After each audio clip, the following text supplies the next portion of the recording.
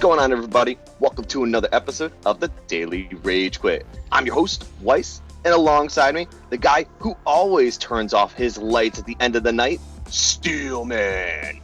What's going on, guys? Make sure you like and subscribe for more videos in this series that we'll be doing. Leave your comments below. Tell us what you think.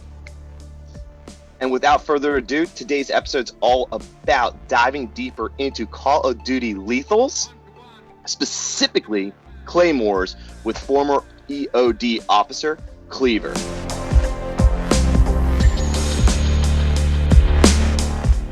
The very first lethal weapon we want to hit, realistic or not, Claymores. That's a good one, because I think it's probably one of the most bullshit ones. Are you allowed to curse on this? Yeah. Okay. Yes. We encourage it. Yeah. All right.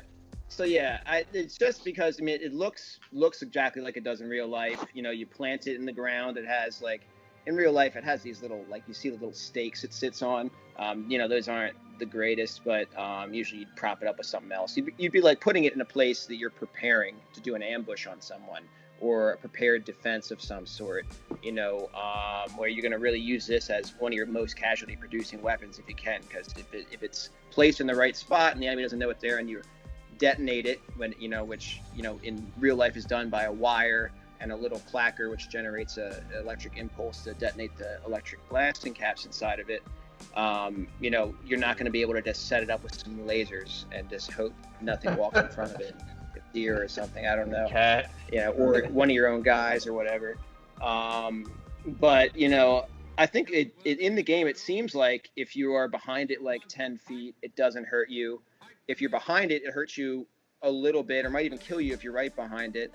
So in terms of video game logic, that it makes sense. You would be if you were anywhere near it when it blew up, you'd be all fucked up. You want to be far behind it when you're detonating it, nowhere in front of it at all, because it's throwing out shitload of little metal ball bearings, that are just sitting on top of a sheet of explosives, ready to throw it out in a certain direction. It's a directional charge.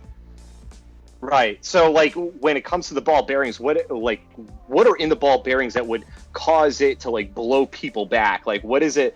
What are those ball bearings exactly? It's just where they're positioned on the explosive. So, the front of the mine where it says front toward enemy, that's where the ball bearings are going to be, right inside that molded plastic case. And behind it, and the ball bearings are sitting in sort of an epoxy that holds them, to make them a flat plate to put on the front of the explosive. And behind it is the explosives. And that's what's just going to basically propel all the ball bearings in a certain direction. Instead of if the ball bearings were surrounding a ball of explosives, it would go in all directions. But since the explosives are behind, it's only going to push them further away. And just a small amount of explosive wave is going to move back to where you and your guys are laying.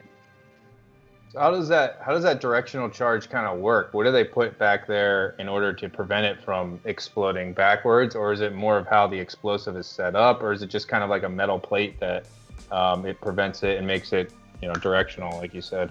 Yeah, it's the positioning of the ball bearings. So whichever side the ball bearings are on, they're going to be, this mine isn't really doing most of its killing with raw explosive power. It's not sending blast overpressure through people to destroy them. It's sending out the ball bearings to kill them.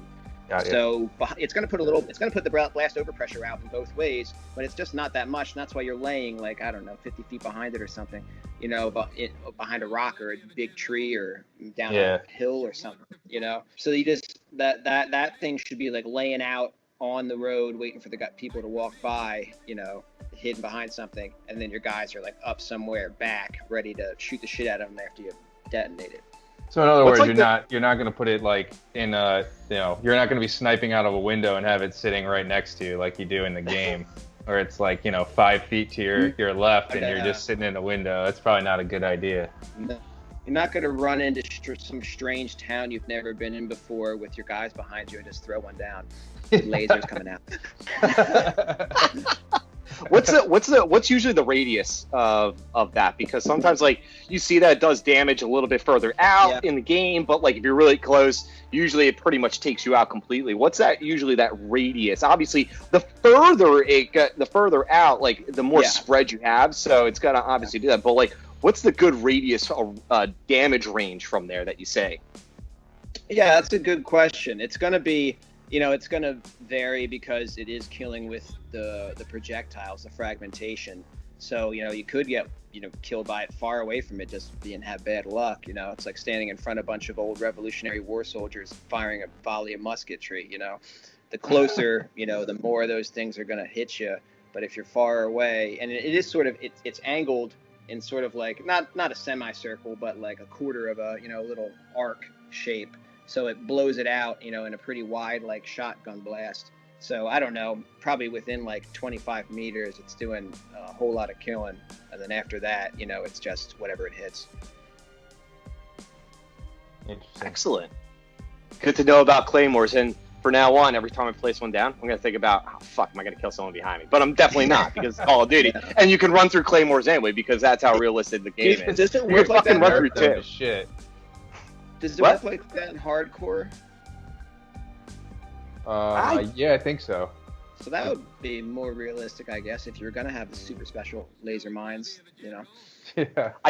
I guess the laser mines work because sometimes the game they don't even trigger off anymore. Yeah. You can like jump up, you can like jump over them or run through them. So I guess like with the laser mechanism that isn't real in the first place, it's defaulted anyway. So yeah, if it doesn't work, it's kind of like what the hell. Well, now we know that it wouldn't really work in the first place. You could just tape a laser pointer to the front of it. Yeah. If it doesn't work, it doesn't matter.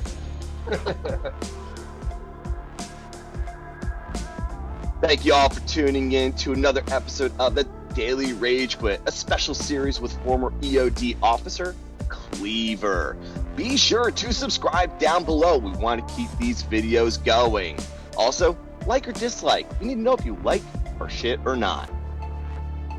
Yeah, keep the comments going. Let us know how you guys like this series. If you want to see more series, or if you want us to touch on other explosives from other games and their real life application, please put it down below.